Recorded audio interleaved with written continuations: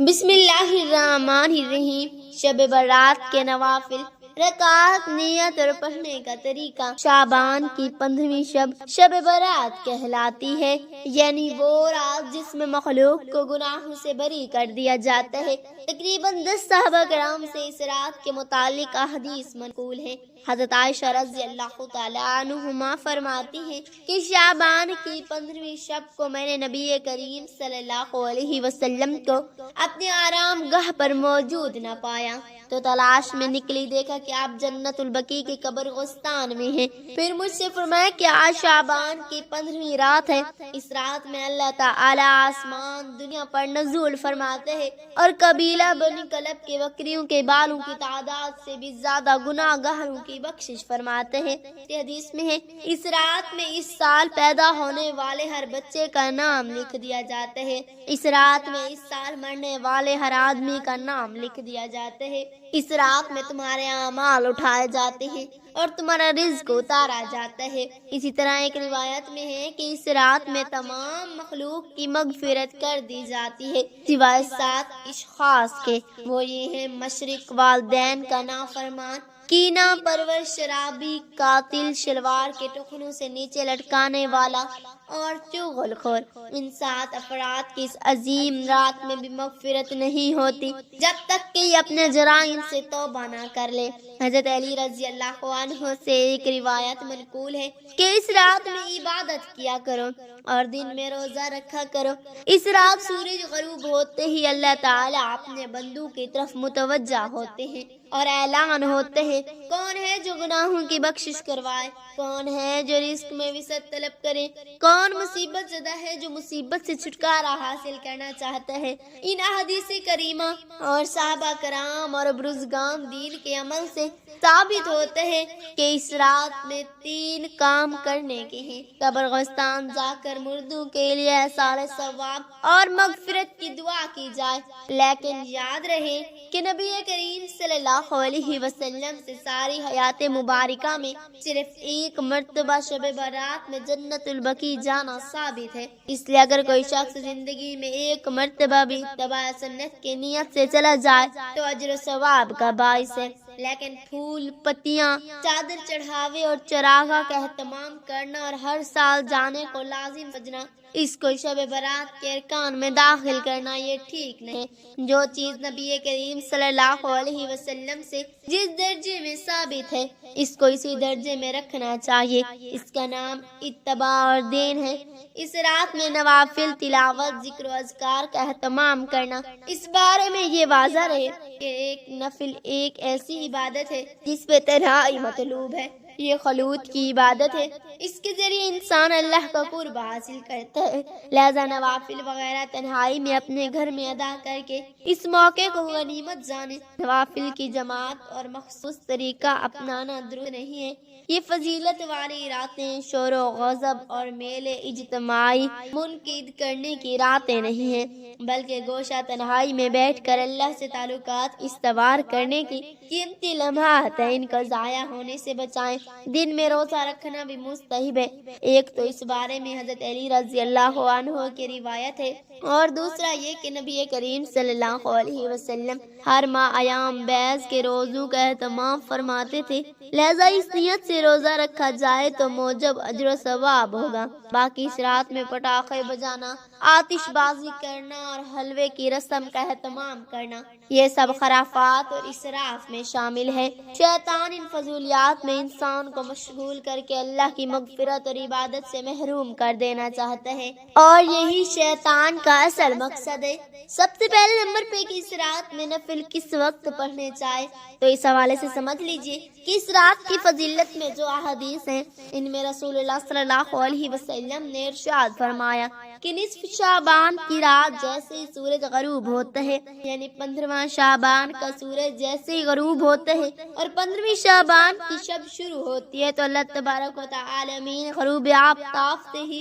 آسمان دنیا پر اپنی رحمتیں نازل فرماتے ہیں اور یہ اللہ کی طرف سے ندا آتی ہے کہ ہے کوئی مغفرت مانگنے والا، کوئی رزق مانگنے والا، کوئی مصیبت سے نجات مانگنے والا، کوئی عافیت طلب کرنے والا، تو یہ سلسلہ طلوع فجر تک رہتا ہے۔ تو اس رات کی خصوصیات یہ ہیں کہ اللہ رب العالمین غروب آفتاب سے لے کر طلوع فجر تک اپنے رحمت آسمان دنیا پر نازل فرماتے ہیں، تو اس رات میں جب چاہیں آپ نفل پڑھ سکتے ہیں۔ مغرب کے بعد پڑھنا چاہیں، عشاء کے بعد، یا اس طرح رات میں کسی بھی حصے میں پڑھ سکتے ہیں۔ طلوع فجر تک جب چاہیں آپ نفل نماز قرآن مجید کی تلاوت، ذکر و اذکار، تسبیحات وغیرہ پڑھ سکتے ہیں، کوئی حرج نہیں ہے۔ اب یہ کہ اس رات میں نفل نماز پڑھنے کا طریقہ کیا ہے؟ اس رات میں جو نفل نماز پڑھنے کا طریقہ ہے کوئی الگ نہیں ہے، کوئی خاص طریقہ ہے، لیکن زیادہ سے زیادہ وہ مستحب ہے۔ یہ نہیں کہ انہی طریقوں سے نفل نماز ادا کریں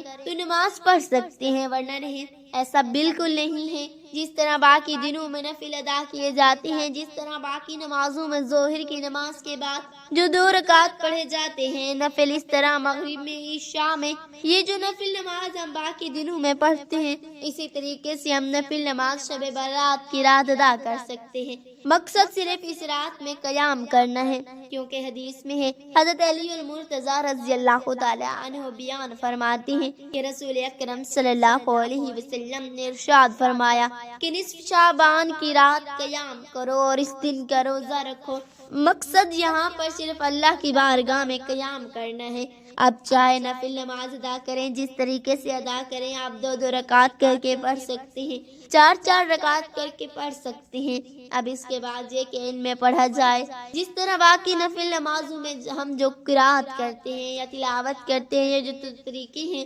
پڑھنے کا، یعنی سب سے پہلے ثنا پڑھیں گے، اس کے بعد اعوذ باللہ، بسم اللہ، پھر سورۃ فاتحہ، پھر کوئی سورت ملائیں گے، رکوع اور سجود 1 رکعت مکمل ہو گئی۔ دوسری رکعت میں پھر اسی طریقے سے بسم اللہ پڑھیں گے، سورۃ فاتحہ بھی کوئی سورت ملائیں گے، اس طرح رکوع اور سجود قاعدے میں بیٹھ کر تشہد، درود اور دعا پڑھ کر اپنے 2 رکعت نفل مکمل کریں گے۔ تو اس طریقے سے جس طرح باقی دنوں میں نفل ادا کی جاتی ہے، بالکل اسی طریقے سے رات بھی ہم عبادت کر سکتے ہیں، نفل نماز ادا کر سکتے ہیں۔ نفل نماز نیت کرنے کا کیا طریقہ ہے؟ تو اس حوالے سے سمجھ لیجئے کہ نفل نماز ہو یا کوئی بھی نماز ہو، کوئی بھی عمل ہے، نیت دل کا پختہ ارادہ ہے، زبان سے نیت کرنا، یہ بھی چاہیں تو اس طریقے سے ان کلمات کے ساتھ آپ ادا کر سکتے ہیں۔ نیت کے دل میں کرتا ہوں 2 رکعت نماز نفل واسطے اللہ تبارک و تعالی کے منہ میرا کعبہ شریف کی طرف، یا پھر اسی طریقے سے آپ اگر جتنی بھی رکعتیں ادا کرنا چاہتے ہیں،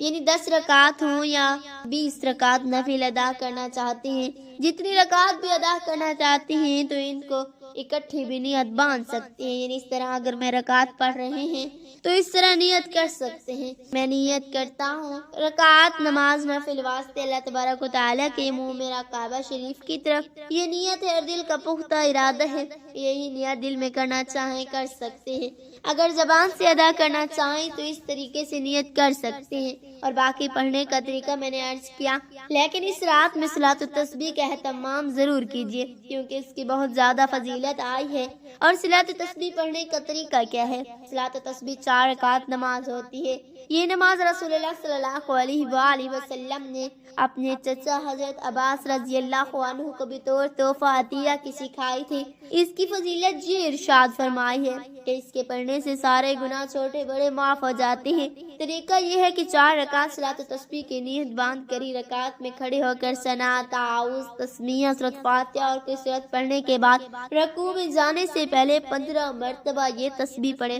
سبحان اللہ والحمد للہ ولا الہ الا اللہ واللہ اکبر۔ پھر رکوع میں سبحان ربی العظیم کے بعد 10 مرتبہ تسبیح پڑھیں، پھر قوما میں سمی اللہ لمن حمد ربنا لک الحمد کے بعد 10 مرتبہ تسبیح پڑھیں، پھر پہلے سجدے میں سبحان ربی الاعلی کے بعد 10 مرتبہ پڑھیں، پھر پہلے سجدہ سے اٹھ کر جلسہ میں 10 مرتبہ، پھر دوسرے سجدہ میں سبحان ربی الاعلی کے بعد 10 مرتبہ تسبیح پڑھیں، پھر دوسرے سجدے سے اٹھتے ہوئے اللہ اکبر کہہ کر بیٹھ جائیں اور 10 مرتبہ تسبیح پڑھیں، پھر بغیر اللہ اکبر کہے دوسری رکعت کے لیے کھڑے ہو جائیں، پھر اسی طرح دوسری، تیسری اور چوتھی رکعت مکمل کریں۔ دوسری اور چوتھی رکعت کے قاعدہ میں پہلے 10 مرتبہ پڑھیں اور پھر اتحیات پڑھیں، اسی ترتیب سے 4 رکعت میں تسبیح پڑھیں، اس طرح 4 رکعت میں کل تسبیحات 300 مرتبہ ہو جائیں گی۔ تو اس رات میں صلاۃ التسبیح کا اہتمام ضرور کرنا ہے، کیونکہ نبی نبی کریم صلی اللہ علیہ وسلم نے ارشاد فرمایا کہ اللہ رب العالمین اس بندے کی پچھلی زندگی کے جو گناہ ہیں چھوٹے بڑے پوشیدہ ہیں یا اعلانیہ ہیں، اللہ رب العالمین تمام کے تمام صلاۃ و تسبیح کی برکت سے معاف فرما دیتا ہے۔ تو صلاۃ و تسبیح کا اہتمام کریں، تلاوت کریں قرآن مجید کی، اور اس طرح ذکر و اذکار کریں، تسبیحات وغیرہ کر کے اس رات کی برکت حاصل کریں۔ اس میں کوئی خاص وقت نہیں ہے کہ اس وقت میں یہ کرنا چاہیے، فلاں وقت میں یہ کرنا چاہیے، اس چیز میں نہیں الجھیں۔ جب آپ چاہیں نفل نماز ادا کرنا چاہیں نفل پڑھ سکتے ہیں، جب چاہیں آپ قرآن مجید کی تلاوت کر سکتے ہیں، جب چاہیں آپ ذکر و اذکار کر سکتے ہیں، تسبیحات وغیرہ کر کے اس رات میں، اور دیگر جو عبادات ہیں وہ آپ کر سکتے ہیں۔ اللہ تعالی سے دعا ہے کہ اللہ رب العالمین اس رات کی جو برکات اور رحمتیں ہیں وہ ہمیں عطا فرمائے، آمین۔ اللہ پاک ہمیں دین کی سمجھ نصیب فرمائے اور ہمارا خاتمہ ایمان پر فرمائے، آمین۔ ناظرین کمنٹ باکس میں اللہ تعالیٰ کے 99 ناموں میں سے ایک نام ضرور ٹائپ کریں۔ شکریہ۔